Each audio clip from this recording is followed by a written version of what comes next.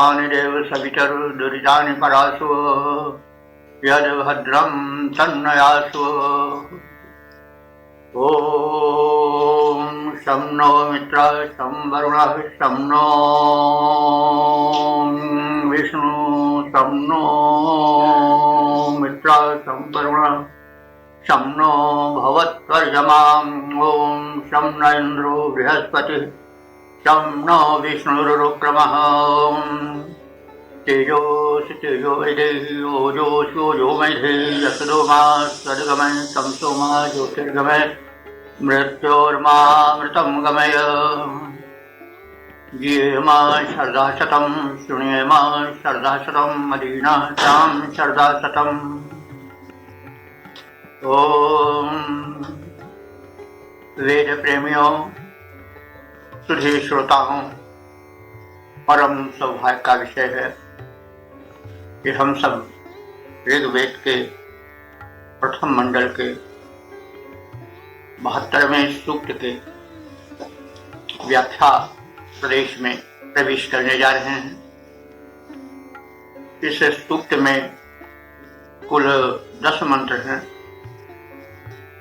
छंद त्रिष्टुप है और मंत्र दृष्टा ऋषि हैं पराशर शाक्य, देवता हैं अग्नि।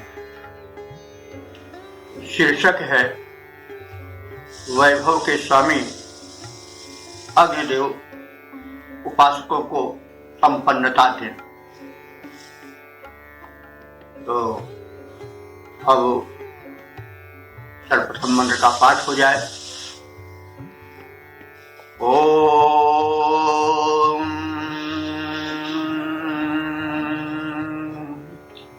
निकाव्या वेधसः शश्वतः करहस्ते दधानो नर्या पुरूणि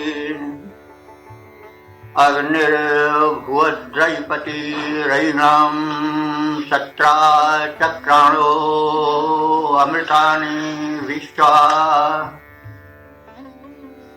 शब्दार्थ जाने और शब्दार्थ के पूर्व थोड़ा सा निवेदन है कि हम लोग अर्थ में प्रवेश करते समय देवता के स्वरूप को ध्यान में अवश्य रखें। देवता अग्नि है। ये ऋग्वेद के महत्वपूर्ण देवता है। इंद्र के बाद सर्वोच्च स्थान अग्निदेव को ही प्राप्त है। अग्निदेव का सूक्ष्म और स्थूल दोनों रूप मानव के हित में है और सृष्टि संचालन में अग्रगण्य है। अग्नि का स्थूल रूप हम अनेक रूपों में देखते हैं, लेकिन उसके पीछे जो सूक्ष्म शक्ति है वह चेतन है और वही देव है। तो अब हम अग्नि की महत्ता को ध्यान में रख करके उसके लौकिक और पारलौकिक तथा वैज्ञानिक प्रारूपों पर दृष्टि रखते हुए चला। तो अग्नि के विषय में ऋषि कह रहा है कि नरिया माने अग्निदेव मनुष्यों के हित साधक है। पुरूणि माने बहुत से। धन को हस्ते दधाना, अपने हाथ में धारण करते हैं, अर्थात उनके हाथ में, उनके वश में अनंत धन है, वैभव। शाश्वतः वेधसा, वे शाश्वत माने सनातन और वेधसा माने विधाता रूप में। हम उनके संबंधित काव्या माने काव्य रूप मंत्रों का चिंतन मनन करें, पाठ करें और वे निकह उसको अग्निदेव ग्रहण करते हैं। और विश्वा मंत्राणि, विश्वा अमृतानि, विश्व माने होता है संपूर्ण और अमृत कहते हैं। अमर तत्व को, यानी वे वह तत्व जिसकी प्राप्ति पर अमरत्व प्राप्त हो जाए, मनुष्य धन्य हो जाए। तो ऐसे वे अमरत्व को, अमृत तत्व को धारण करते हैं। और वे अग्निदेव जो हैं वो रई राम रईपति, रई कहते हैं धन को। जितना धनेश्वर्य है उस धनैश्वर्यों के वो पति हैं, स्वामी। वे धनों के धन हैं और धनों के स्वामी। इस रूप में हम अग्निदेव को जानें और उनका नमन करें, उनसे अभीष्ट प्राप्त करें। यह ऋषि का कथन है। भावार्थ एक सपाट रूप में देख लें। मनुष्यों के हितप्रद बहुत या अनंत धनों को हाथों में धारण करने वाले यानी स्वामी अग्निदेव को हम सब शाश्वत विद्यमान रहने वाले महत्वपूर्ण स्तोत्रों और मंत्रों द्वारा उनकी आराधना करें। और वे अग्निदेव जो हैं वो संपूर्ण अमृत को, संपूर्ण वे वस्तुएं जो कि मनुष्य को अमरत्व प्रदान करती हैं, यश के द्वारा, धन वैभव के द्वारा धन्य करती हैं। ऐसे अनंत वैभवों के प्रदायक हैं अग्निदेव। और हम ऐसे अग्निदेव की उपासना करें। अब हम इसका छंदोबद्ध प्रारूप देख लें। अग्नि देवता प्रधान श्रेष्ठ धनवान और हस्त उनका महान वैभव की खान है। वेद नित्य और मंत्र उनके हैं सिद्धि रूप। यह सोच वेद मंत्र करता जो गान है। करता बखान अग्नि देव को जो जान यह होता है सुजान। वह शीघ्र धनवान है। सर्वोच्च धनों का श्रेष्ठ स्वामी अग्नि देवता है। सर्वोच्च धनों के श्रेष्ठ स्वामी अग्नि देवता है। भक्तों को समग्र धन करते प्रदान है। भक्तों को समग्र धन करते प्रदान है। ओम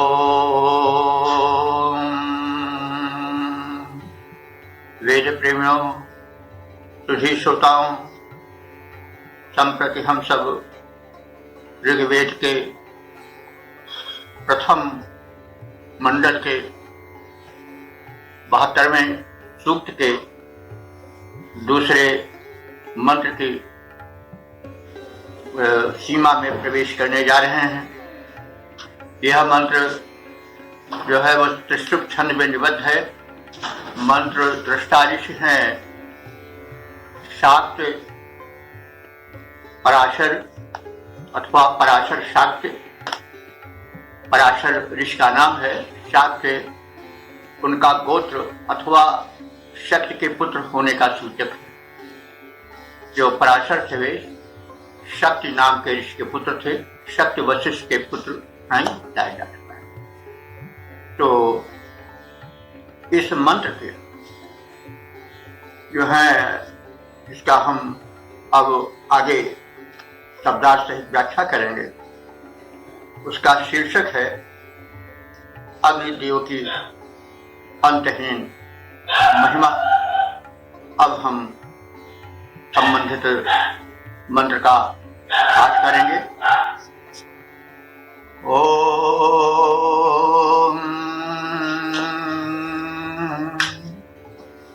अस्मे वर्षं परिषन्तं न विदन्निच्छन्तो विश्वे अमृता अमूराः। श्रमयुवः पदव्यो धियं धास्तस्थु पदे परमे चार्वग्नेः। शब्दार्थ जाने। जैसे कहा गया है कि इस मंत्र में अग्नि की अनंत महिमा का उद्घाटन है और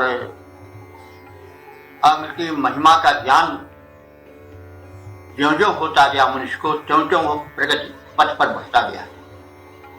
तो अब इस भाव को व्यक्त करने वाले शब्दों का प्रथम संक्षिप्त ज्ञान प्राप्त करने। विश्व अमूराह अमृताः इच्छन्ता। विश्व का अर्थ होता है समस्त, अमूराह का अर्थ होता है जो मूर माने मूर्ख ना हो वो अमूराह, यानी जो चैतन्य है, ज्ञानी है। और जो अमृता माने अमर हैं, अर्थात देवत्व को प्राप्त हो चुके हैं या देवता हैं। वे इच्छन्ता माने इच्छा करते हुए भी, चाहते हुए भी, यानी सारे ज्ञानी गण, देवगण इच्छा करते हुए भी क्या नहीं कर सके। अस्मे वत्सम परिशस्तम न विंदन। अस्मे माने इस किसके लिए आया है? अग्निदेव के लिए। इन अग्निदेव के लिए, यानी इन अग्निदेव का वत्सम एक शब्द आया है। तो वत्स वैसे कहते हैं बच्चे को, बेटे को, गाय के बछड़े को भी वत्स कहते हैं, लेकिन वत्स माने बेटा के बच्चा, प्रेम का ये द्योतक शब्द है। तो यहाँ पर यह अग्नि के लिए प्रयुक्त हुआ है। तो अग्नि से लगाव या प्रेम प्रदर्शन करने के लिए जिसने वत्स शब्द आता है। भाव है, भक्तियां कई भावों की होती हैं। भगवान के भक्त वत्स यानी उसको पुत्र मानकर भी की जाती है। तो इन प्रिय वत्स हम यहाँ पर प्रिय के अर्थ में ले सकते हैं। इन परम प्रिय अग्नि देव के परिसंतम माने सर्वव्यापी स्वरूप को न विंदन, न माने नहीं, विंदन माने जान पाए। यानी अग्नि देव का स्वरूप जो है, उनकी महिमा जो है, महत्ता जो है, इतनी गूढ़ है, इतनी गहन है कि जो बड़े बड़े ज्ञानी हैं और जो देवगण हैं वो चाहते हुए भी उस महिमा का परिज्ञान नहीं प्राप्त कर सके जो महिमा, जो महत्ता अग्निदेव में निहित है। और पदव्यः श्रम युवः धियं धा। और अग्नि के पदव्यः पद को, स्थान को अन्वेषण करने में श्रम करने वाले वे बुद्धिमान, धिय माने बुद्धियुक्त व्यक्ति बड़ा श्रम किए, लेकिन अंत में उस श्रम के बाद अग्नि चारु परमे तस्तु, अग्नि के उस परम माने विराट और उपयोगी स्वरूप तक किसी प्रकार से पहुंच पाए। सीधा तात्पर्य यह है कि ऊर्जा का ज्ञान आदिकाल से मनुष्य करता रहा है। ऊर्जा ही जीवन है। अध्यात्म में भी ऊर्जा है। ऋषि मुनि अध्यात्म साधना से ऊर्जा प्राप्त करके क्या क्या नहीं प्राप्त कर लेते। और भौतिक विज्ञान भी ऊर्जा की खोज में है। आज चतुर्दिक ऊर्जा की खोज हो रही। वह खनिजों में जो आपके निकल रहे हैं, पेट्रोलियम वगैरह, सब ऊर्जा ही के स्रोत हैं। और तरह तरह से ऊर्जा के अन्वेषण में वैज्ञानिक गण भौतिक जगत में तत्पर हैं। सूर्य में भी ऊर्जा खोजी जा रही है, जल में भी ऊर्जा खोजी जाती है विद्युत बनाने और अनेक रूपों में। पवन में भी ऊर्जा को खोजा जा रहा है।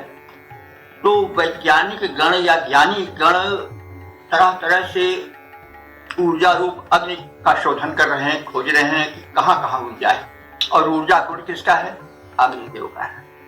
तो अग्निदेव में संचित ऊर्जा के शोधन में भांति भांति से देवगण या विद्वद्गण लगे हैं और वे धीरे धीरे उस ऊर्जा के स्रोत तक पहुंच भी रहे हैं। तो यह आशय अग्नि ऊर्जा के केंद्र हैं।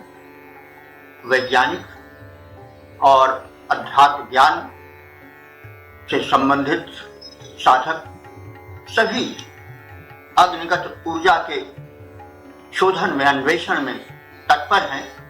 पा तो नहीं पाए अभी तक ऊर्जा कितनी है, कहाँ है, लेकिन फिर भी कुछ अंश प्राप्त कर लिए हैं और करते चल रहे हैं। यह बात कहना चाह रहा है और उसका संकेत है कि यदि मनुष्य शोध करता रहा तो अध्यात्म जगत की ऊर्जा और भौतिक जगत की ऊर्जा उसको प्राप्त होती रहेगी और ऊर्जा के प्रदायक का स्वामी अग्निदेव है, यह कहना चाह रहा है ऋषि। अब इसके सपाट अर्थ को जान ले। अग्नि के रहस्य को समझ पाना साधारण बात नहीं है, तथापि शोध में श्रम किया जाए तो बुद्धिमान उसके रहस्य को समझ सकते हैं। यूं तो समस्त ज्ञानी और अमर देवगण अग्नि की इच्छा करते हुए भी उन सर्वव्यापक के रहस्य को अभी तक नहीं पा सके हैं। अग्नि के रहस्यान्वेषण में श्रम करने वाले बुद्धिमान वैज्ञानिक उसके सुंदरतम स्थान तक पहुंचकर यत्किंचित जानने में अब तक समर्थ हो सके हैं और आगे ये श्रम करते रहेंगे तो बहुत कुछ उपलब्धि उनको होती रहेगी। तो इस प्रकार से हम संक्षेप में शब्दार्थ और भावार्थ जानने के पश्चात इसके पद रूपांतरण में प्रवेश करें। अति ही दुर्बोध अग्निदेव का रहस्य ज्ञान, शोध भले ज्ञानी देव करते ही आए हैं। कामना की प्रकट रहस्य कर पाए, अस्तु व्यस्त निज को सदा वे शोध में बनाए हैं। गूढ़ है रहस्य मूढ़ बने रह गए, पूर्ण बोधना रहस्यमय देवता का पाए हैं।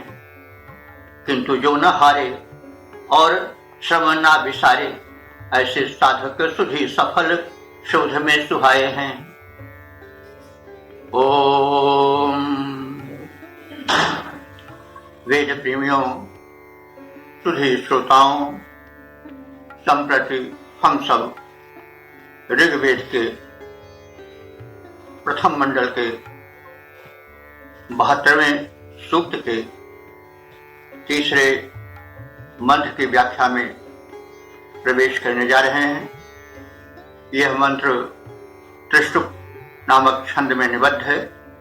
मंत्र दृष्टा ऋषि हैं पराशर शाक्य और देवता है अग्नि। इस मंत्र का शीर्षक होगा 3 वर्षों तक निरंतर आहुति द्वारा अग्नि देव का रहस्य जाना जा सकता है और उसका फल प्राप्त किया जा सकता है। अब हम संबंधित मंत्र का पाठ कर लें। ओम तिस्रो यदग्ने शरदस्तामिच्छुचिः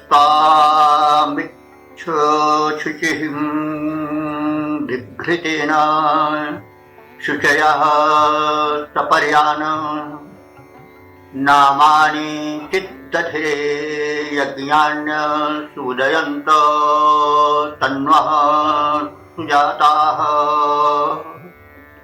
अब शब्दार्थ से परिचय प्राप्त करें।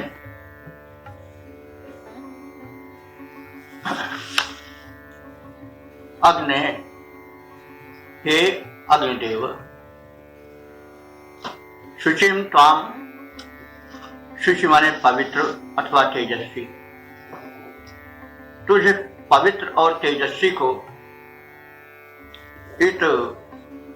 इधर शुचया, शुचया माने दीप्तिमान, तुझे तीसरा यानी 3 वर्षों तक घृतेन, घृतेन माने घृताहुति द्वारा, यत सपरयन, जिन लोगों ने तुम्हारी उपासना की, सपर्या कहते हैं उपासना को, सेवा को, पूजा को, तो जिन साधकों ने घृताहुत द्वारा तुम्हारी सेवा निरंतर 3 वर्षों तक की है और तुम्हें प्रसन्न किया है,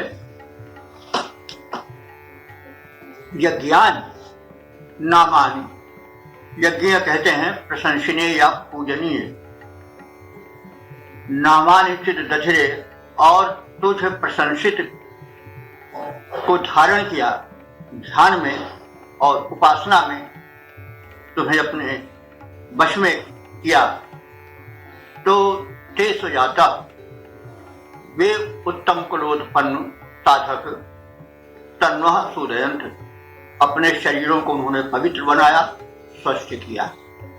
तो मतलब अग्नि उपासना का जो प्रथम लाभ होता है वो स्वास्थ्य होता है, और स्वास्थ्य ही सबसे बड़ा धन है, हेल्थ इज वेल्थ। तो अब उसको कई बार कहते हैं, कहने की आवश्यकता नहीं, लेकिन अग्नि ही सूक्ष्म और स्थूल रूप में चारों ओर व्याप्त है। हम सूक्ष्म रूप से शरीरस्थ अग्नि की उपासना करेंगे, हमारी अग्नि प्रज्वलित रहेगी, जटा प्रज्वलित रहेगी तो हम स्वस्थ रहेंगे। हम आहुति डालेंगे तो वातावरण शोषित होगा तो भी हम स्वस्थ रहेंगे।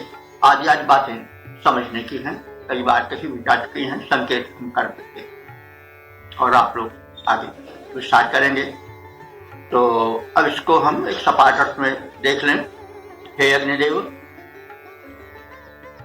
तुझ पवित्र को पवित्र मनुष्यों ने जब 3 वर्षों तक घृताहुति द्वारा प्रसन्न किया,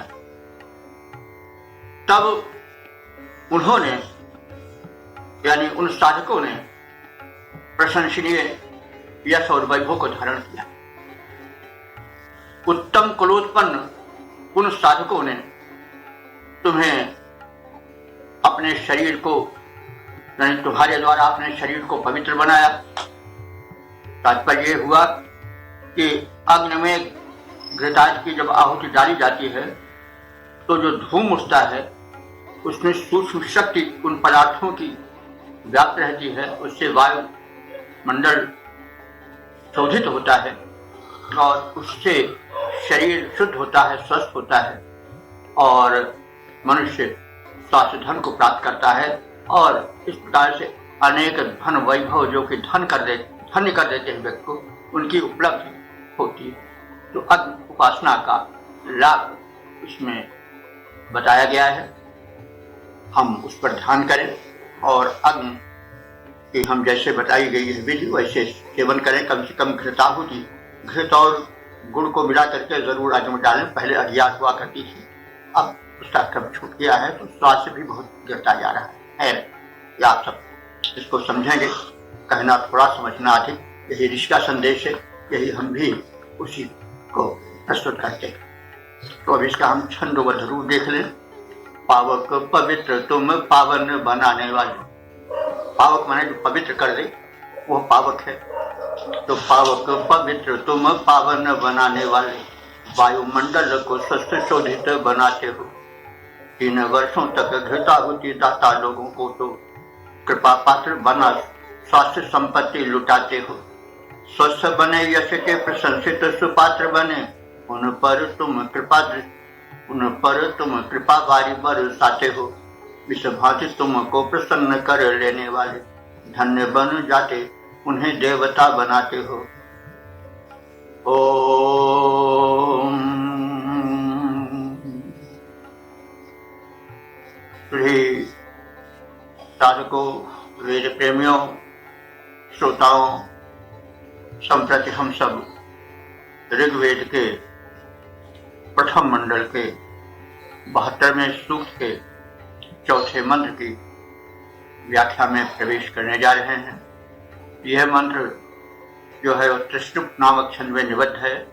मंत्र दृष्टा ऋषि हैं पराशर शास्त्र और देवता हैं अग्नि, और इसका शीर्षक है विद्वान वैज्ञानिकों ने अग्निगत ऊर्जा का ज्ञान प्राप्त कर मानवों को प्रगति पंथ का ज्ञान कराया। अब संबंधित मंत्र का प्रथम पाठ हो जाए। ओम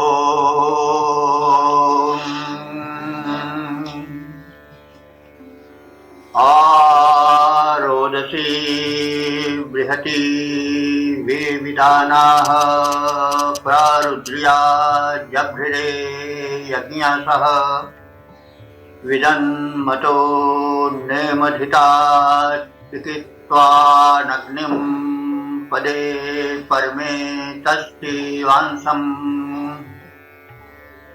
शब्दार्थ जाने।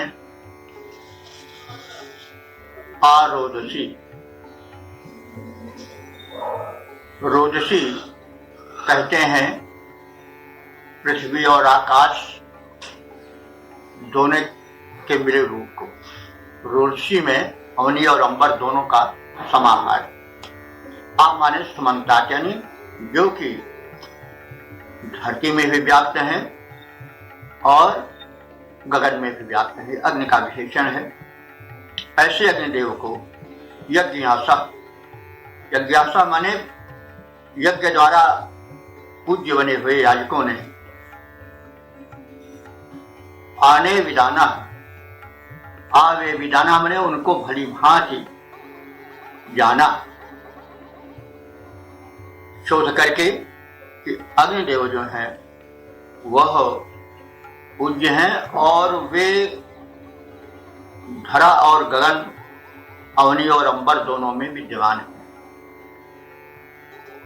रुद्रिया प्रजभृरे, रुद्रिया, रुद्र वैसे कहा जाता है रुद्र के पुत्र मरुदगण को भी, लेकिन यहाँ रुद्रिया विशेषण आया है बनकर के अग्निदेव का।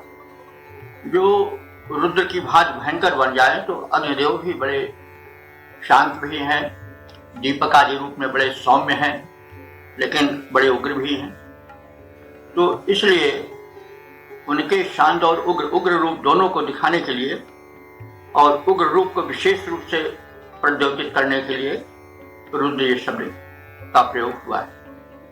ये अग्नि जो रौद्र रूप धारण कर सकते हैं वे उत्तम स्त्रोतों से प्रसन्न किए जा सकते हैं। मर्ता नियमितता परमे पदे, मर्ता हमारे मनुष्यों ने नियमितता माने इंद्र के साथ, परमे पदे माने परम पद यानी स्वर्ग में, जो लोक में अग्निदेव विद्यमान हैं इंद्र के साथ, इस तथ्य को ज्ञानी मनुष्यों ने पहले जाना और उस स्वर्ग के उत्तम स्थान से इंद्र के साथ विराजमान अग्निदेव को पृथ्वी पर वो लाए और इस अग्नि के महत्व को चिकित्वान माने विद्वानों ने भली भांति जाना। तो अब इंद्र के साथ स्वर्ग में विद्यमान थे, इसका तात्पर्य क्या होगा? इससे हम ये जान सकते हैं कि अग्निदेव का अवतरण पहले पृथ्वी पर आकाश से हुआ होगा। यह कैसे? जब बादल छा जाते हैं तो जब बादलों में ककराहट होती है तो बिजली पैदा होती है और वज्रपात होता है और वज्रपात से वनों में आग लग जाती है और अग्नि प्रत्यक्ष रूप से प्रकट हो जाते हैं। अब उसी अग्नि को मनुष्य ने फिर पहले सुरक्षित किया होगा। अब तो लोग नहीं जानते हैं, लेकिन हम लोग छोटे थे तो अग्नि मांगी जाती थी और अग्नि जियाई जाती थी। लोग राख में अग्नि को दबा देते थे और अग्नि सुरक्षित रहती थी। और जो लोग नहीं अपने घर में अग्नि को सुरक्षित रख पाते थे तो आग मांगने जाते थे और लोग आग देते थे। अब तो तमाम साधन हो गए, दिया सलाई लाइटर वगैरह, लेकिन ये बात बहुत पहले की है। तो इसलिए एक बात बताई जा रही है कि अग्नि इंद्र जो है कौन है? वो सर्वोच्च सत्ता है, सर्वोच्च शक्ति है। तो परमात्मा के सर्वोच्च शक्ति के रूप में जो अग्निदेव थे वो पहले आकाश में विद्यमान थे या जो लोक में विद्यमान थे, बाद में उनका अवतरण धरती पर। तो इस प्रकार से हम लोग यह जाने कि अग्निदेव पूज्य हैं वे भयंकर रूपधारी हैं, लेकिन फिर भी हम उनको उत्तम स्तोत्रों से प्रसन्न कर सकते हैं। और वे मनुष्यों के हितैषी हैं और मनुष्यों ने उनको स्वर्ग से प्राप्त किया। पहले अग्नि इंद्र के साथ विद्यमान थे, बाद में मनुष्यों ने उन्हें धरती पर प्राप्त किया और ज्ञानी मनुष्यों ने अग्नि की सहायता से आविष्कार करके उनको भिन्न भिन्न रूपों में, ऊर्जा रूप में प्राप्त किया। आदि आदि बातें समझने योग्य हैं। अब इसके हम सपाट भावार्थ को देख लें। याजकों ने महान पृथ्वी और आकाश का ज्ञान कराते हुए अग्निदेव के लिए उत्तम स्तोत्रों का पाठ किया, उनकी स्तुति की। और मनुष्यों ने इंद्र के साथ उत्तम स्थान में, स्वर्गलोक में या द्युलोक में ठहरे हुए अग्निदेव को उनका ज्ञान प्राप्त करके, उनकी महत्ता प्राप्त करके उन्हें भूलोक में प्राप्त किया। तो अब हमारे विचार से अर्थ स्पष्ट हो गया होगा। तो अब हम इसके छंद वाले भाग में प्रवेश करें। वास यज्ञ देव का आकाश और पृथ्वी में, ज्ञानी याजकों ने ज्ञान इसका कराया था। श्रेष्ठ मंत्र गान किया अग्नि देवता के हेतु, विनयोपहार द्वारा उनको रिझाया था। विनयोपहार द्वारा उनको रिझाया था। थे विराजमान यज्ञ भगवान इंद्र संग, किंतु इस भांति उन्हें यज्ञ में बुलाया था। अग्नि के रहस्य, अग्नि का रहस्य ज्ञान वासस्थान प्राप्त हुआ। इंद्र का रहस्य ज्ञान वासस्थान प्राप्त हुआ। मानव प्रगति पंथ सुगम बनाया था। मानव ने प्रगति पंथ सुगम बनाया था। अब जान ले बंधुओं कि अग्नि के स्थूल रूप और फिर सूक्ष्म रूप का शोध वैज्ञानिकों ने, विद्वानों ने, ऋषियों ने किया। उन्हें विद्युत रूप में, करंट रूप में, ऊष्मा रूप में, ऊर्जा, ताप और शरीर में व्याप्त जठराग्नि के रूप में, रक्त संचार में सहायक ताप बने रहने अग्नि का और अन्य रूपों में व्याप्त अग्नि के रहस्य का बोध किया और उसके द्वारा मानवता के प्रगति का पंथ प्रशस्त किया। आदि आज बातें इस मंत्रों में समझने योग्य हैं। अब हम आगे बढ़ेंगे।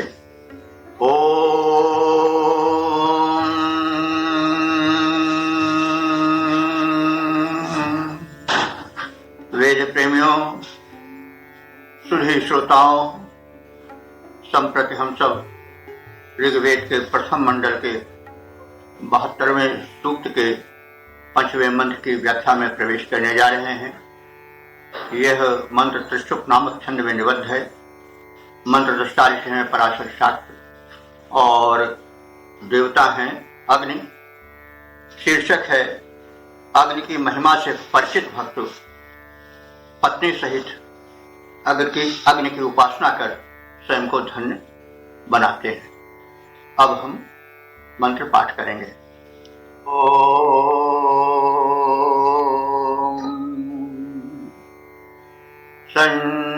संजानाना उपसीदन्न भिग्गुं पत्नीवन्तो नमस्यं नमस्यन् ऋक्वांसस्तन्वः कृण्वत स्वाहा सखा शक्तिर्निर्मिषी रक्षमाणाः। शब्दार्थ से परिचय प्राप्त करें। संजानाना यानी भली प्रकार से तुम्हारी महिमा को जानकर। पत्नीवंता, पत्नीवंता माने पत्नियों के साथ। यह विधान है कि धर्म कार्य पत्नी के साथ मिलकर करना चाहिए। तो